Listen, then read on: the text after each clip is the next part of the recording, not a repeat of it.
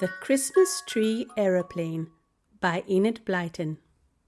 All the children in the village were as excited as could be because the lady at the big house was giving a party and every boy and girl was invited. "I'm going to wear my new suit," said Alan. "I'm going to have on my new blue dress," said Eileen. "There's going to be crackers and balloons," said John. "And an enormous Christmas tree that nearly reaches the ceiling," said Harry. "And a lovely tea with jellies and chocolate cake," said Belinda. "Oh, it will be the loveliest party that ever was," said Kenneth. "Look, there's the tree going up to the big house," cried Fred. All the children ran into the lane and watched the cart going up the snowy road with a big Christmas tree lying on it. "There's a fine pack of toys for this tree," called the driver, who was Alan's father. "I've seen them. My, you'll be lucky children." "What's for the top of the tree?" asked Belinda. "Will there be a fairy doll?" "No, not this year," said the driver. "There is something different. It's Santa Claus in an aeroplane. He's going to be at the top of the tree, looking mighty grand in his plane, I can tell you." "How lovely!" cried all the children. And they thought it would be even nicer to have Santa Claus in an aeroplane at the top of the Christmas tree than a fairy doll. At last the great day came.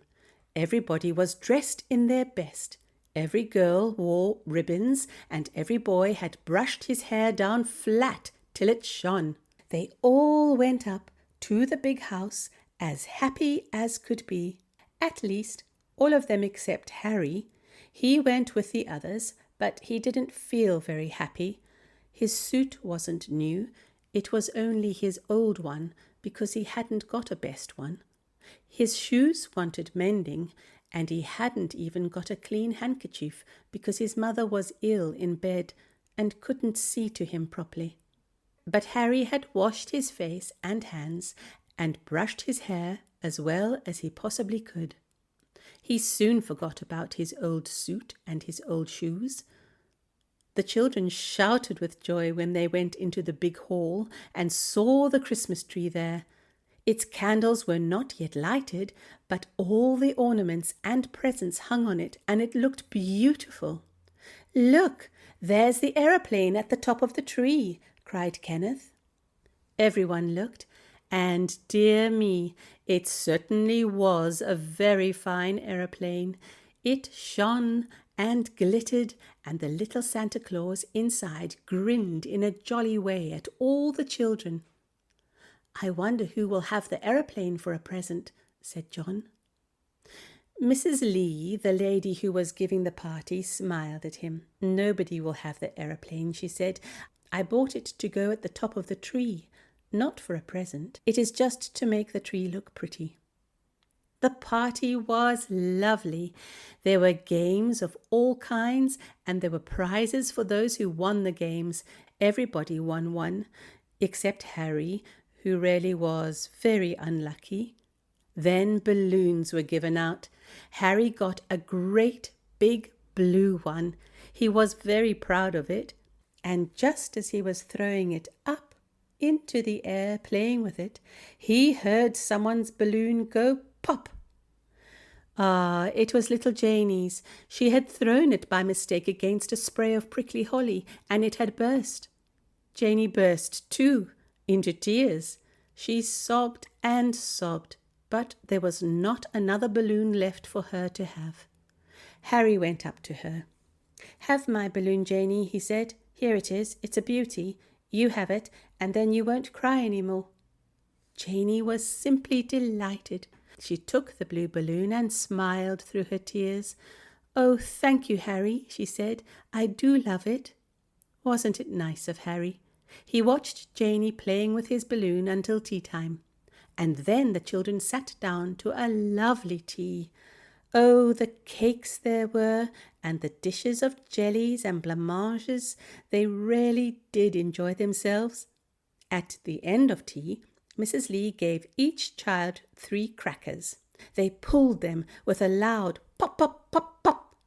Out came toys and hats. Harry was unlucky with his crackers.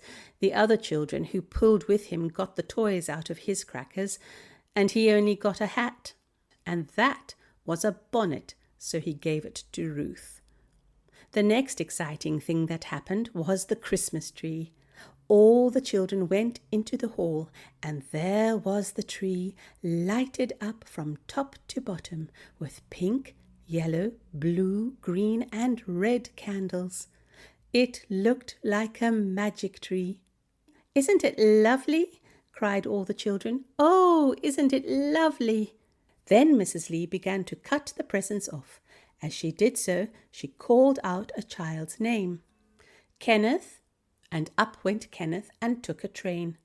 "Belinda," and up went Belinda and was handed a beautiful doll. "Alan," up went Alan and had a big fat book of stories. It was so exciting. But one little boy was left out. It wasn't Harry. He had a ship. It was Paul. For some reason he had been forgotten, and there was no present for him at all. Mrs. Lee smiled at all the children and told them to go into the dining room again to play some more games, and Paul didn't like to say he had no present from the tree. "Where's your present, Paul?" asked Harry, as they went into the big dining room. "I didn't get one," said Paul, trying to look as if he didn't mind. "Perhaps Mrs. Lee doesn't like me. I was rather naughty last week, and she may have heard of it."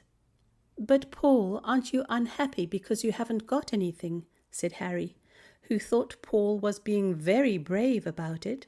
"Yes," said Paul, and he turned away so that Harry shouldn't see how near to crying he was. It was so dreadful to be left out like that. Harry thought it was dreadful too. He put his arm round Paul. "Take my ship," he said. "I've got one at home. I don't need this, Paul." Paul turned round, his face shining. "Have you really got a ship at home, Harry?" he said. "Are you sure you don't want it?" Harry did want it, but he saw that Paul wanted it badly too. So the kind-hearted boy pushed his precious ship into Paul's hands, and then went to join in a game. When 6:30 came, the party was over. Mothers and fathers had come to fetch their children. How they cried out in surprise when they saw the balloons, the cracker toys, and the lovely presents and prizes that their children had.